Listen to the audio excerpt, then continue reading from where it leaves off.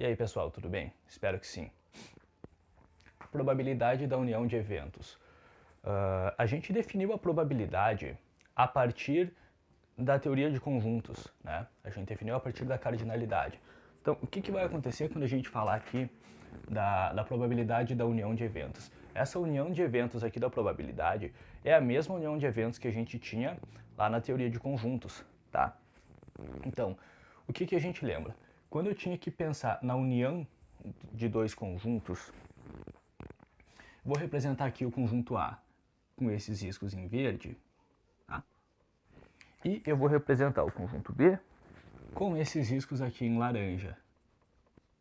O que acontecia quando a gente ia pensar na cardinalidade da união? Olha só, o número de elementos da união de A com B, eu tinha que somar o número de elementos de A mais o número de elementos de B, só que a gente tem que reparar que essa região aqui a gente somou duas vezes. A gente somou esses elementos que pertencem tanto a A quanto a B, a gente somou eles quando a gente estava pegando os elementos de A, e a gente somou eles quando a gente estava pegando os elementos de B. Então, como essa região foi somada duas vezes, eu tenho que vir aqui e subtrair essa região que a gente chama de intersecção, que é o que pertence a ambos os conjuntos, tá? Como que isso vai acontecer na hora de calcular uma probabilidade?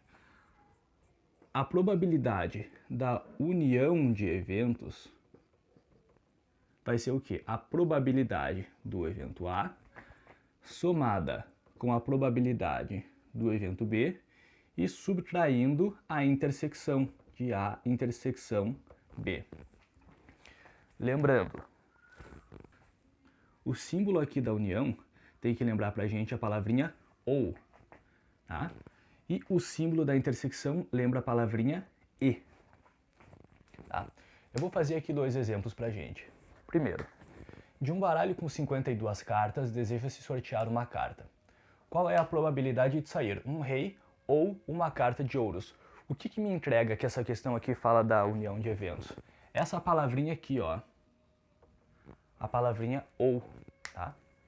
Então, eu vou chamar esse evento aqui de A e esse evento aqui de B. Primeiro, probabilidade de acontecer o evento A. A probabilidade de sair um rei nesse baralho com 52 cartas. Então, em um total de 52 cartas, a gente tem 4 reis. Agora, a probabilidade de sair uma carta de ouros. Nesse nosso baralho de 52 cartas, a gente tem 13 cartas de ouros. Percebe? Tanto essa fração quanto essa fração eu poderia simplificar, mas não é interessante eu simplificar elas por enquanto, a gente logo vai ver por quê. O que acontece? Esses dois conjuntos eles têm uma intersecção, tá? Então quando eu pensar aqui, ó, na probabilidade de acontecer A intersecção com B, ou seja, A e B ao mesmo tempo, é porque existe um rei de ouros. Então o rei de ouros ele está entre esses 4 que a gente contabilizou aqui, entre os 4 reis, e ele está entre essas 13 cartas de ouros, tá? Então a probabilidade da intersecção, a intersecção aqui só tem um elemento, então é 1 entre os 52, e agora a gente está pronto para ir para o cálculo final. Vou pegar o laranjinha aqui de novo.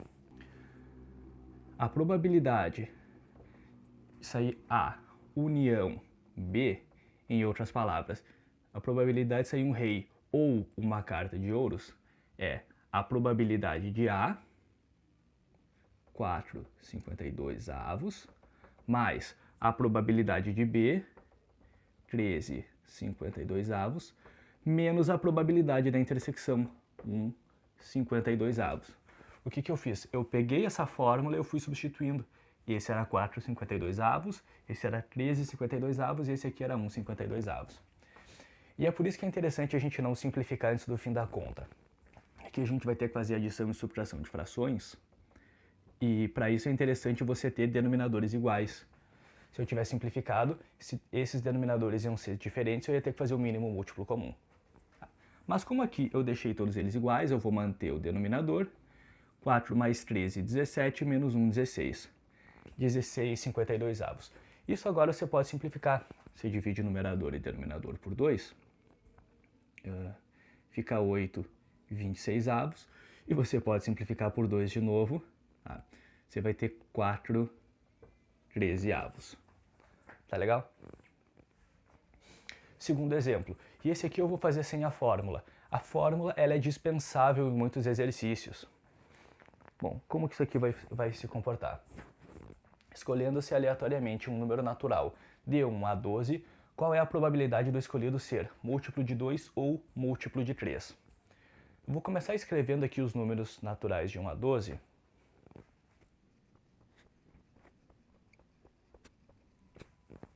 Eu vou identificar eles agora. Então, os múltiplos de 2 eu vou indicar com laranja. Então, aqui eu tenho múltiplo de 2, e no 4, e no 6, e no 8, e no 10, e no 12. Vou trocar a cor do canetão.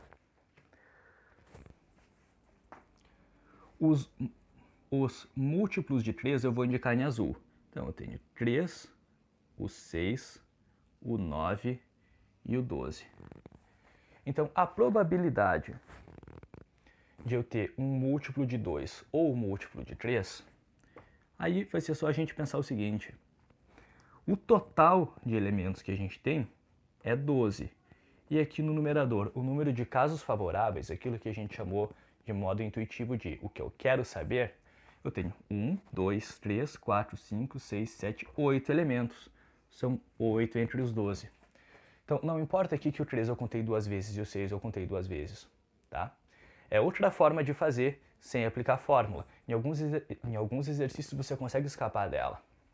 Isso aqui, naturalmente, você simplifica por 4, você vai ter 2 terços. Agora eu vou apagar o quadro aqui e passar outra parte dessa aula.